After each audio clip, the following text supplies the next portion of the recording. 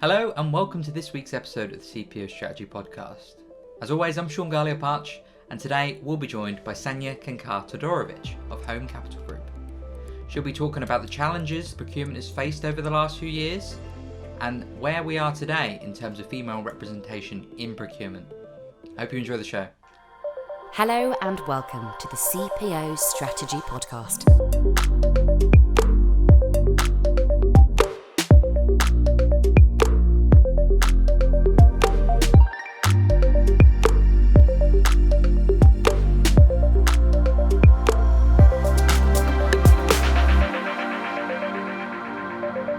Hello Sanja, and thank you for joining us on the CPO Strategy Podcast today. How are you?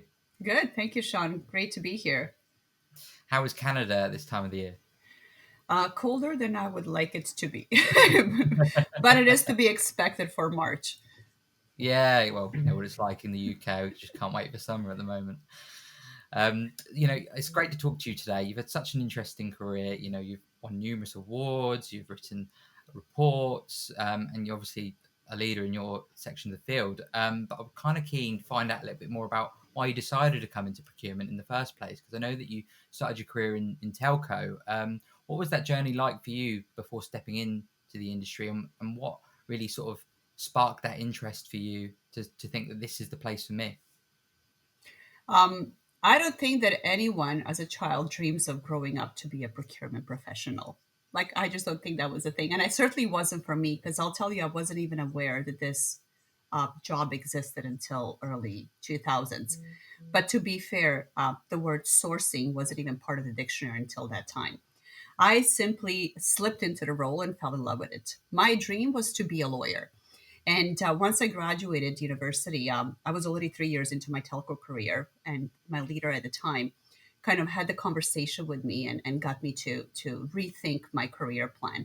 He simply explained to me that being a lawyer is very niche, and it kind of constrains you into a geographical area or the type of law that you want to practice.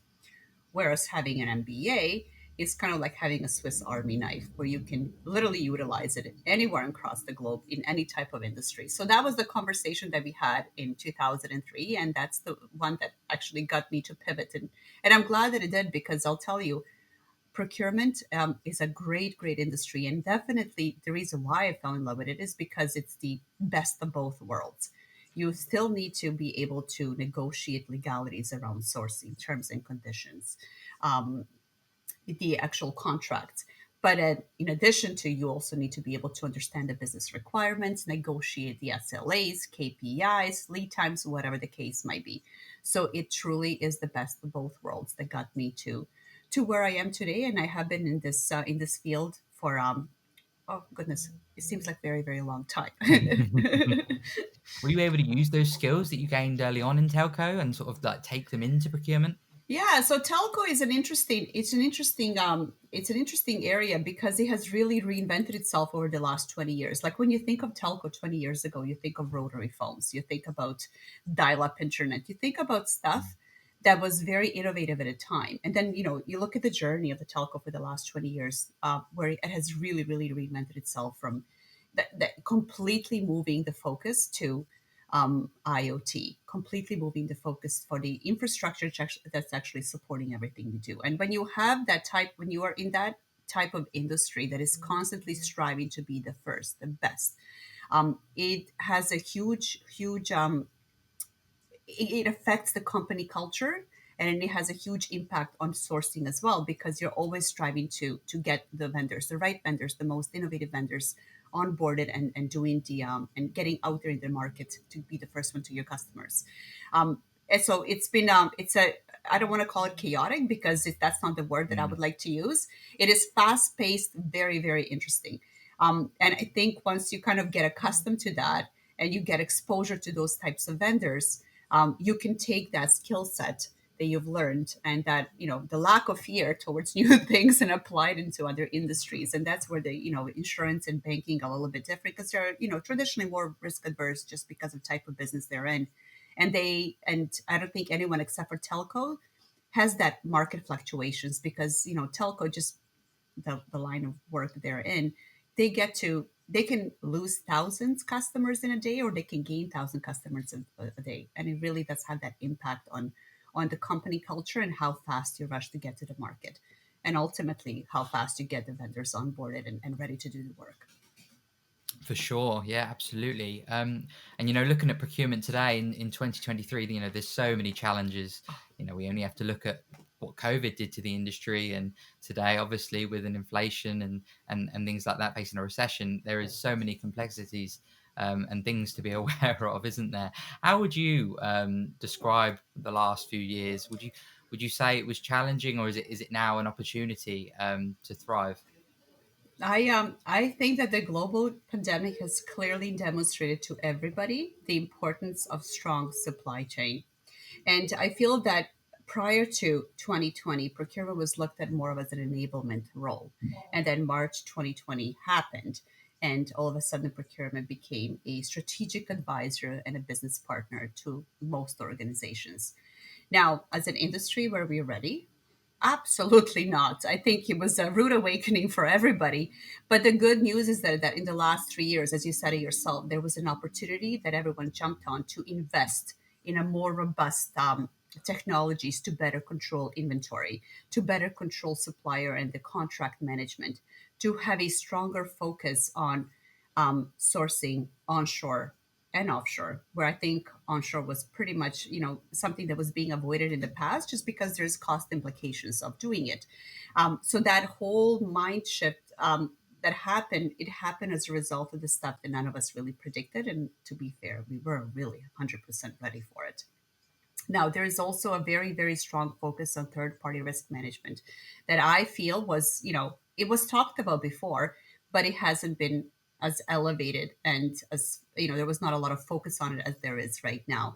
So things like business continuity, vendor concentration, fourth party risk management are all of a sudden, topics that you hear about all the time. So I think on that note, considering the major technological shifts has also happened in the last 3 years, infosec and cybersecurity became the biggest threat to any organization Mm. because everyone, making everyone realize that your organization infrastructure and your organization security is only as strong as your weakest IT Mm. vendor within the supply chain. So at the end of the day, I think looking back from 2020 till now, um, we survived the crisis. We learned from Just it. I about. think Some I better than think others. we're in a better position to make better choices if anything similar should come up in Mm. the future. But it was definitely it was a sink or swim, and I'm glad that most of us were able to swim and swim far from it. I think that was the thing, wasn't it? That was such a it was unprecedented disruption, like anything anyone could have ever imagined. You just tell people sort of 5 years ago, all this would happen in the industry, that COVID would happen, there would be a war in No one would believe Ukraine. you if Nobody you would. said it. They would look at you like you had two heads, wouldn't they? Um, what has it been like, sort of in your position? Do you think, sort of like going through it all for the first time and being like, oh my god, this is just another thing that we have to deal with? Is that how you like it? Do you quite like sort of being proactive and thinking on your feet? You know what? I like to keep things interesting. Like I think you never want to come to the point where you feel when you're like complacency is a dirty word. Let's just put it out Yeah. there. And I think that if you don't have challenges that will constantly push you to learn and grow more, it wouldn't be a good thing for anybody. So as hard as it was, I really now looking back, like it really it changed it made procurement reinvent itself. And I if there's a silver lining to the whole thing is that everyone has realized that procurement is not should not ever be an afterthought. Most of what anyone does is highly dependent on their vendors that the organizations use to deliver to deliver to the end users, whether it's goods or services or whatever the case might be. And I don't know that it was really being seen as that by everybody until that March 2020. I keep talking about it because it's really ingrained in my mind. It started with Can't forget it. PPE, if you can think back that far. It really gave me nightmares, but hey, we survived it. So I think that's the main thing to Yeah, remember. I just can't believe it's been 3 years. Well, 3 years this month, isn't it? I know. Time I know. flies. Time flies. But but moving on to another topic, particularly this month, it's International Women's Month, and International Women's Day is just next week, isn't it? Can you talk to me about, first of all, maybe the value of a day or a month to celebrate sort of women in the industry, and then tell me a little bit about how you understand, you know, how you understand sort of how things are at the moment in terms of women representation, and maybe the journey that there still is to go. Yeah. Yeah. So let's talk about the representation first, because I think it's very it's good timing to talk about it, Mm. considering that it is an International Women's Day and we are in March. Um, and the truth is, we are nowhere close to where we should be. Um, and I think when you really think about it, it's when you look at the entry level roles, and it's not just procurements, like we're talking about, on a much, it's a much bigger problem than that. But you look at the entry level roles, we have really good representation, about 50-50, which is great. But then further up you go, up the corporate ladder, that number starts to taper off. And once you get to the C level, women are well below 30%. So as I said, like, it's not a procurement thing, it's a much larger thing. And the case prior to pandemic was bad, but I think the global response to the pandemic has really affected those numbers even more. Just because when you think about how we responded to the pandemic and the types of industries that were affected the most, there are a lot more female dominant industries. So, I think pandemic really walked back You any think that sort of shifted progress. people's attention? It Yeah. shifted the progress that any Mm. progress that was made prior to 2020, it was kind of taken away. But as I said, to be clear, it's not a procurement thing, it's a much larger issue. And if you look at the McKinsey report that was published not too long ago, it's called Women in Workplace 2022 report. It clearly shows you, and I don't want to get my stats wrong, but it clearly shows you 48% of entry level roles are held by women, 40% of managerial roles are held by women, 36% are of director level positions, 32 of vice president positions, 28 of senior vice president positions, and only 26% of executives in C suite are held by women. So it is very unfortunate where we are, and the needle hasn't really moved much since I entered the workforce back in early 2000s. I don't want to age myself by saying that, but when you really think about it, over the last two decades, nothing has really changed, significantly. What do And you put that down to? Sorry, Sanya. Why do you believe that in 20 years things haven't really changed? Well, I think because diversity, equity, and inclusion hasn't really been a topic of focus until recently. Now, that's not to say that we didn't talk about it, but 20 years Mm. ago, that was more of an aspirational goal. It wasn't really being measured. It wasn't, reported to the shareholders, and because it wasn't being measured, it really wasn't being done. And I'll tell you, 20 years ago, there was not a lot of women in authority roles that you can look up as a role model. um, that has a little changed a Mm. little bit, but really it's like, again, stats speak for themselves. We're talking about less than 30% at this point. And I'll tell I think it's the fact that I spent the last 2 decades in the male dominant industry that Mhm. got me to really develop this passion for mentoring, in the hopes of moving the needle in the right direction. So for the last 2 decades, I have been mentoring emerging female leaders through both formal and informal programs. And for the last decade, I have been a corporate sponsor to minority owned and women owned Mm. businesses, working directly with two nonprofits to try to champion the economic Mhm. growth of underrepresented entrepreneurs as well. And it is this passion, this passion and the consistent ask from my own mentees, wanting a tangible playbook on how to Mhm. move their career in the right direction, that actually inspired me to write a book in honor of Women Mhm. International Month of 2023. I have my book out. It's called Be Bold and Brilliant. It is available on Amazon globally, and the whole idea of the book is to get to as many mentees as possible in the shortest period of time, with the ultimate goal of moving the needle in the right direction to combat these stats that we are getting from McKinsey, which are Mhm. just very, very poor. So if anyone's interested, that's where it is. It's available on Amazon. You can search it up under my name, or just search Be Bold and Brilliant, and it will come up. Brilliant, lovely. Oh, absolutely. We'll put another tag in that at the end, because that would be brilliant if people can read that. Thank you. In terms of, you just mentioned it there, acting as a mentor. Just how important is that? Because maybe 20 years ago, when you were hoping to break into the industry, was there anyone there for you to look up to? Are you that person that you wish that you had? I, I'd be lying if I said that I didn't have mentors. I did. And it wasn't one, it was many different mentors through different stages of my career that, that taught me what I needed to do to move up. But it wasn't as readily available that I would have liked to be. If I can say like that, I'm trying to be politically correct here.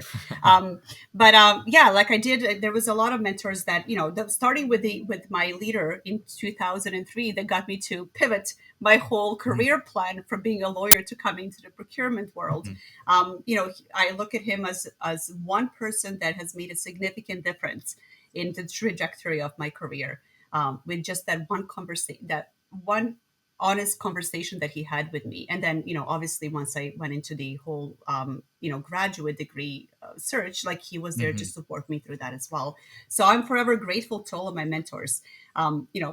Since starting to since starting the corporate world till now, because I think I can't single out one that was the ultimate one that changed my life.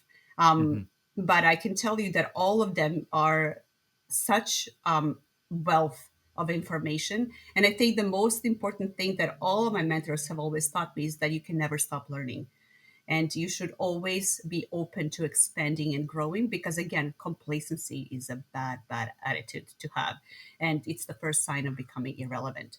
Um, and I think one thing I wanted to mention, because I think it was a bit of a shocker to me. But one thing that my mentors have always taught me is that you need to listen to understand and not to respond, which is mhm, so hard. So try it out because it requires a whole different level of focus when you're actually listening to what you're trying to learn. Because I think a lot of us just automatically want to respond to whatever we are mhm, hearing, and which is probably not the best way to go about doing anything. So yeah, yeah, very grateful to all my mentors. I still have many that I'm constantly bouncing ideas off of. They're my sounding board and my brutal truth tellers once in a while, but it's always for the greater good, to help me improve, to get me where I am. But also being a mentor yourself, it is so mhm. important, because you gotta pay it forward. You gotta help others, Yeah, because I that's was the going to say only that. way. Yeah, absolutely. You pay it forward, and now do you think that you'll see maybe as some sort of trailblazer almost for women? They look up to you and they think, well, they see it, so maybe they can be it. And I think, is that something that you would Well, sort of I agree with? I am hoping that that's the case. That because that's what I used my female mentors early in my career. I kind of looked at it because there was not a lot of them. So the few that they were there, you kind of look up to them and you say, yeah, well, if it's possible for them, it's possible for me. I'm hoping that I don't want to call myself a trailblazer, but I do want to, because I think trailblazers are the powerhouses that I look up to, that change the trajectory of the future that we all the women are enjoying today. But I do hope that a lot of them will look at me to say, well, hold on a second, if she could overcome all the adversities, and there are many that I talk about in my book, but if she can overcome that and have it all, maybe it is possible for everyone to do it. And the fact is, it is possible. It's possible you can have it all, maybe not all at the same time, but you can pace yourself and get to that point for sure. And that's great to hear. And you also sit on the board of Women in Tech as well, don't you? Can you sort of tell me about that role that you have? Yeah, so Women in Tech it's a global organization that is striving to inject more women into the STEM industry, because we don't have a lot of representation there at all. I think when you think about STEM, it is 99% male dominant. And I don't know if it's because girls usually in school don't feel like they measure up, or maybe they were just influenced to believe that sciences are not for them, that is driving that behavior. But really, global Women in Tech is really striving to change the outcome of that conversation, and really try to inspire a lot more girls to get into that field, because we talked about it earlier. technology is changing everything that we do, and it's only going to continue. So it is an industry that is not going away. It's evolving. It's only going to get bigger. And it would be really, really great to have equal representation in that industry, besides all the other industries as well. It's one thing to sort of recruit them, though, isn't it? But it's another to sort of keep them here. Like, Absolutely. how would you sort of retain, you know, females in the industry? Because, you know, sometimes it can be like, well, is this actually for me? You know, is this really all there is? You know, what would you say to sort of retaining that female representation? So employees, regardless of the gender, stay with the companies when they're paid well, mentored, challenged, appreciated, valued, empowered, trusted, and they feel like they're actually contributing to the overall mission of the organization. And I don't think that women need special treatment. What they do need is equal access and opportunity to get in on their own merit. And when I think about, the hiring recruiting practices, in my humble opinion, it should always be about casting a wider net to include everyone, including those that have been traditionally overlooked, and then hiring the right person for the role. And if it comes down between two equally qualified individuals, then opportunity should be given to the one that has been overlooked traditionally. And this is not just a feel good practice. It makes complete business sense because diversity breeds innovation. And considering that all the industries are always looking to innovate, the way that they function, their bottom line, they always are looking to innovate. It only makes sense that you want to inject that diversity of thought into their practices as well, into their leadership roles, to kind of to make that happen. And I always go back to that a famous quote from Albert Einstein: the definition of insanity, doing the same thing over and over and expecting different results.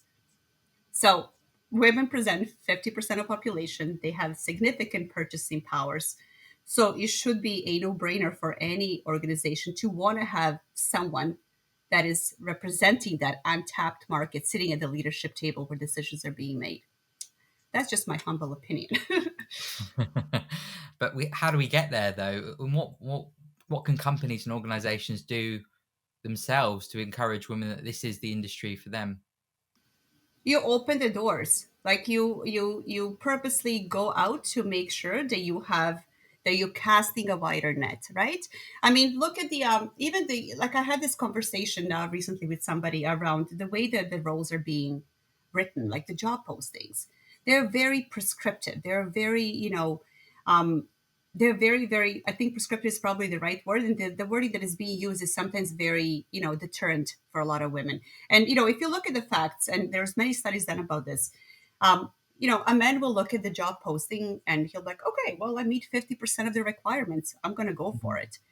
Women, on the other hand, will look at it, and unless she meets at least 80% of Mhm. requirements, she will not even consider applying.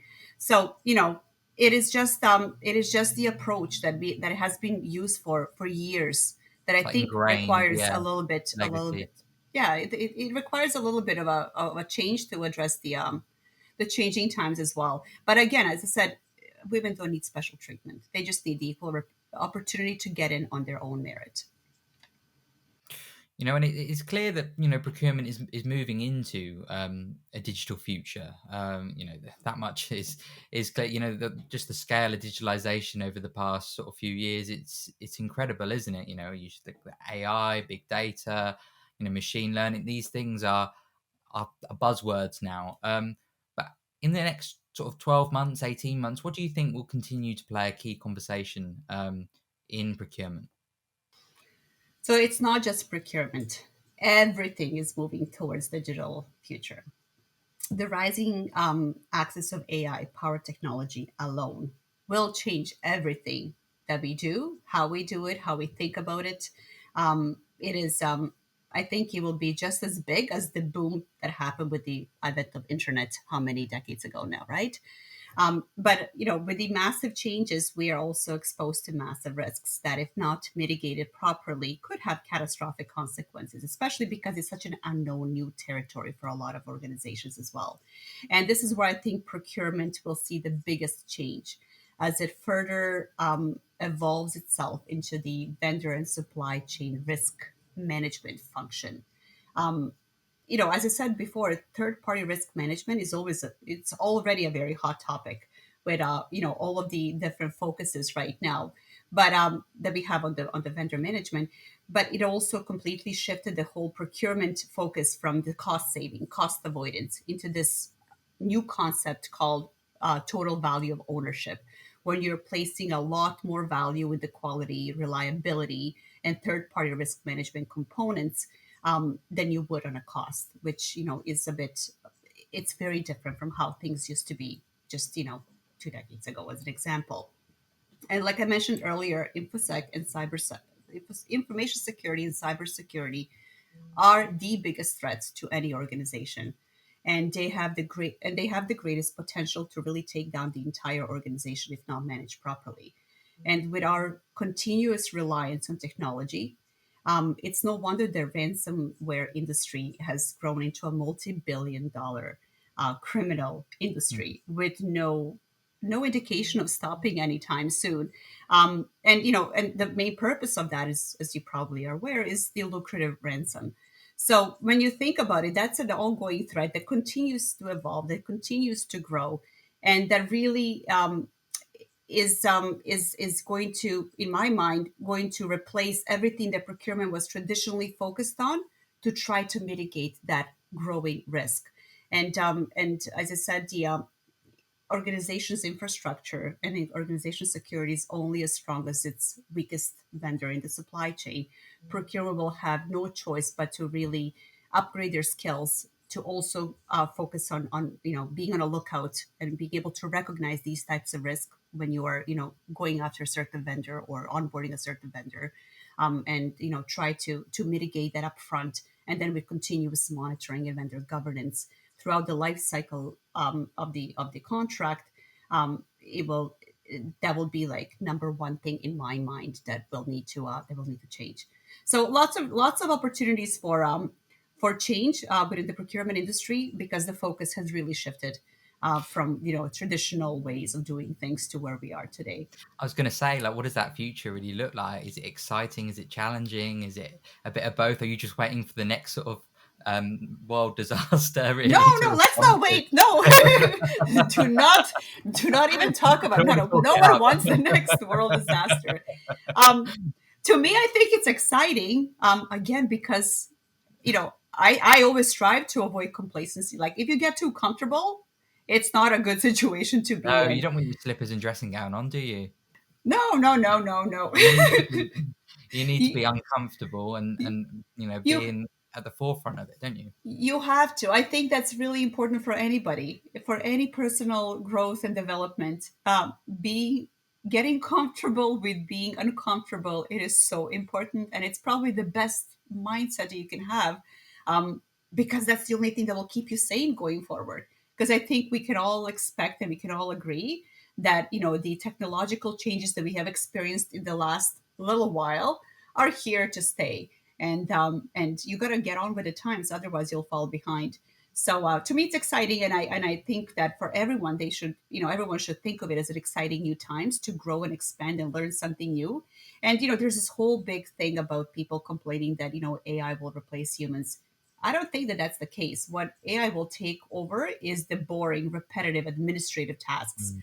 giving humans capacity and bandwidth to focus on strategic things that require human connection, as an example. And I think especially in the procurement world, a lot of what we do is focused on emotional intelligence and building relationships with suppliers across the globe.